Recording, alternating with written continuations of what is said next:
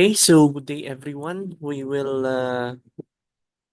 discuss our first topic for the finals, that is higher order linear homogeneous DE with constant coefficients. So again, a little review on what we have discussed before. Okay, so when you say higher order, it means we are now involved in differential equations at a higher derivatives. So it means we are dealing with higher order PE with higher order linear homogeneous DE with constant coefficients. So let's try to check this one. When you say higher order linear homogeneous DE, it is in the form of this one. So we have here a y double prime plus b multiplied by the first derivative of y plus cy is equal to 0. So this is a differential equation. Example of this one is this, no? Because your a, b, and c are constants. It can be any constant. It can be like this.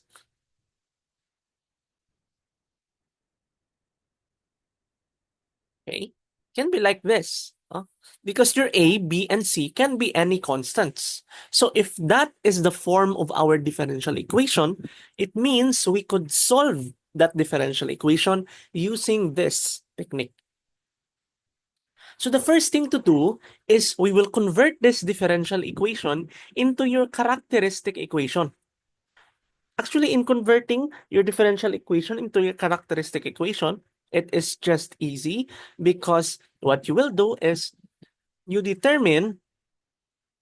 just change all your y double prime into r squared, your y prime into r, and your y into 1. So that's why your y double prime has now become r squared, your y prime has now become r, and your y has now become 1. But 1 times c is also c, so we don't put it there. Why did we do this?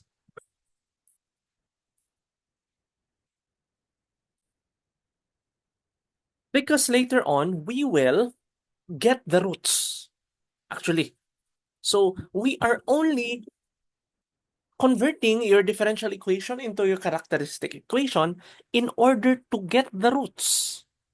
So our goal actually here is to get the roots.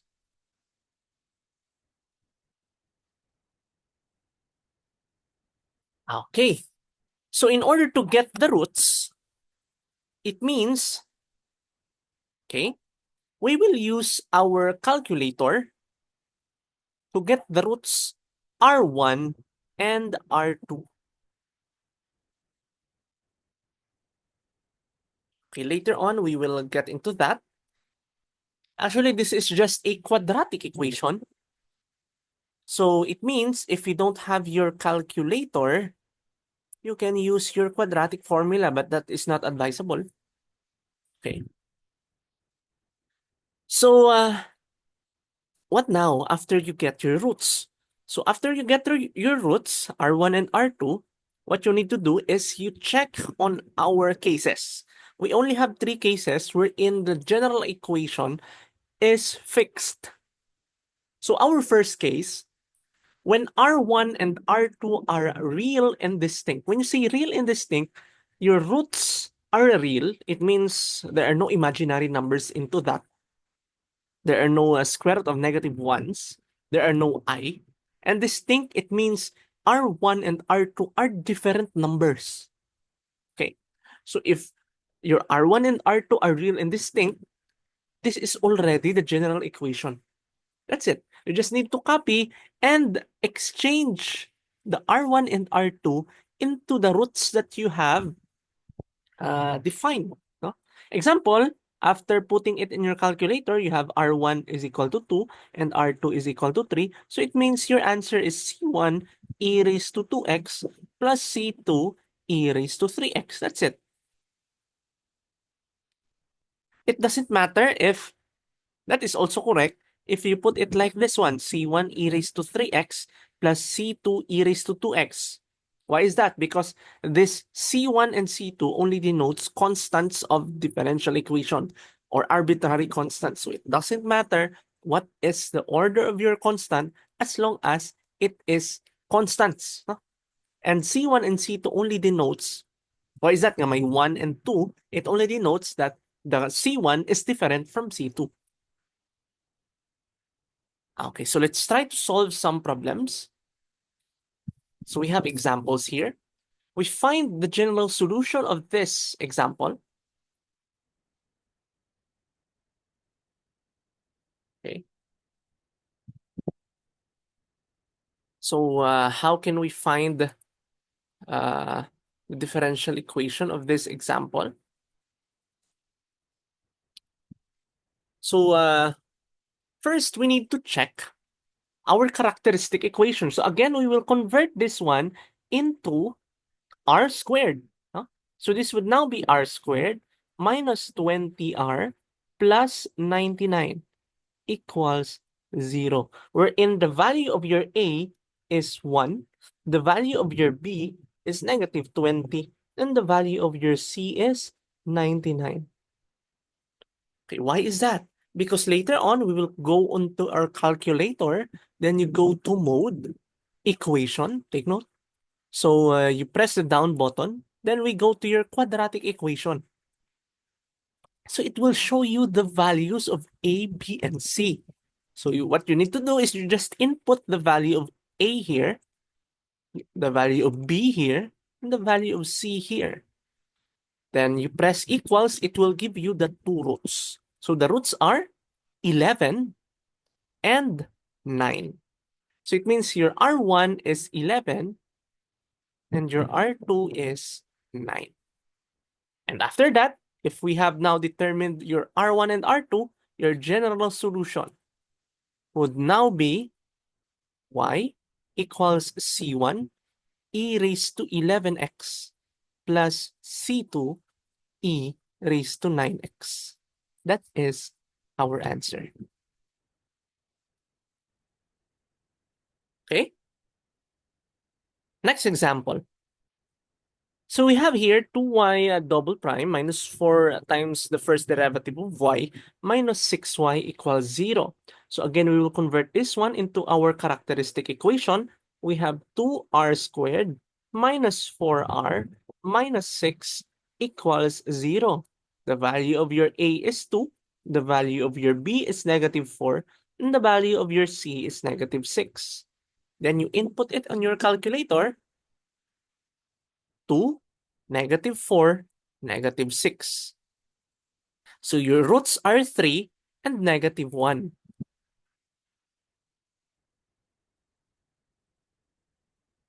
Then our general solution is y equals C1 e raised to 3x plus C2 e raised to negative x. That's it. So these are our roots. No? Take note that we have only copied the general solution that we have on our answer. So we just exchange your R1 and R2. Okay, we proceed to case number 2. What will happen if the roots are real? Again, real. There are no imaginary numbers, but equal. When you say equal, example, your R1 is 2, your R2 is also 2. So what will happen? So take note, we have the same solution, but when we are repeating the roots, okay, we introduce x to the next general solution. Okay? Because our goal here is not to repeat, no? Not to repeat the variable e raised to rx. Okay? So it means every time that a root repeats, you input x. Okay, let's try. Let's try on this example. 3y double prime plus 30y plus 75y. So let's convert this one into our characteristic equation.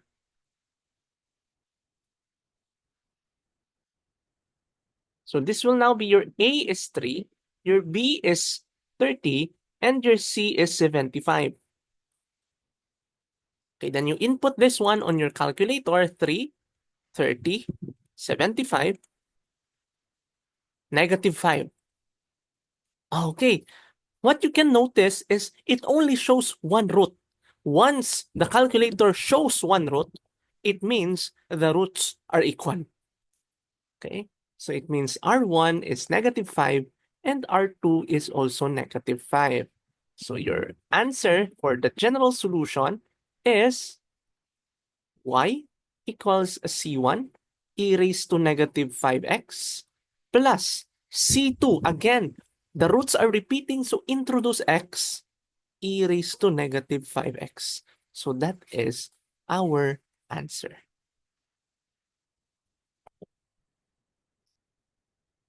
Next, we have y double prime minus 26y prime plus 169y. Convert this one into your characteristic equation. That is r squared minus 26r plus 169 equals 0. The value of a is 1. The value of b is -26. And the value of c is 169.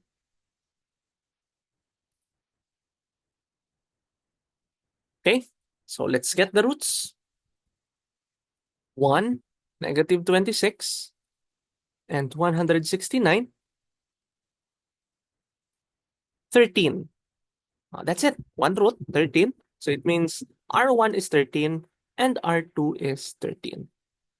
So our general solution, that would be y equals C1 e raised to 13x plus C2x e raised to 13x.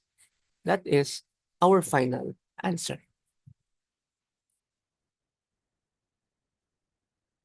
Okay, next. For the last case, that is R1 and R2, when your R1 and R2 are complex numbers, when you say complex numbers, it is in the form of A of alpha plus minus BI. Again, your alpha here is the real part. When you say real part, it does not comes with I, no? Because your I represents the imaginary part. So what you need to do is you just copy your alpha here and your beta here. That's it. So the ones that I encircle, those are the values that you input your answers later on. Okay. Example, if the roots are 3 plus 4i and 3 minus 4i, so it means your alpha is 3, your beta is 4. So your answer is e raised to 3x c1 cosine 4x plus c2 sine 4x. So take note that beta is always positive, so you don't put a negative value here. So it is always denoted that once there is an imaginary root, it is always a partner, no, with a negative value. No? If there is a 3 plus 4i, there is always 3 minus 4i. So let's try to solve these examples. So again, we will convert this one into a characteristic equation. Then you get the roots. Your A is 1, your B is -4, your C is 13. 1, -4, 13. 2 plus 3i and 2 minus 3i. 2 plus 3i, 2 minus 3i. So the roots are 1 and 2 are 2 plus minus 3i. The value of alpha is 2. That is the real part. Ang wala upod nga I. The value of sorry. The value of beta is 3. So your general solution, that is y equals e raised to alpha x c1 cosine beta x plus C2 sine beta x. That's it.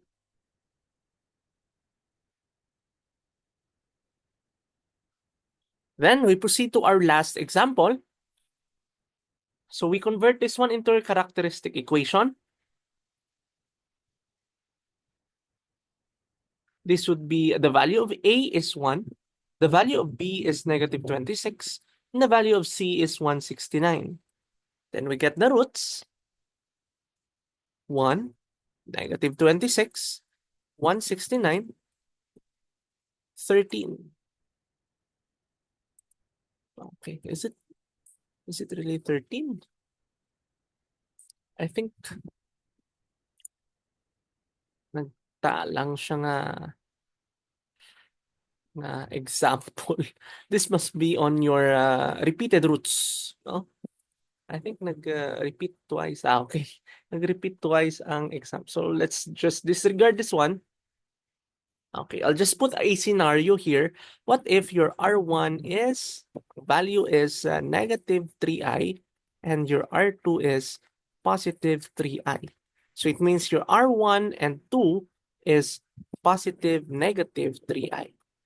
What is the value of alpha? So since there are no real parts here, so the value of alpha is actually 0. And the value of beta is 3. So your general solution with this kind of roots, no, is y equals e raised to 0x c1 cosine beta x plus c2 sine beta x. Take note that e raised to 0 or any constant raised to 0 is 1 except 0. So it means our final answer, simplified final answer, is C1 cosine 3x plus C2 sine 3x. So that is our final answer.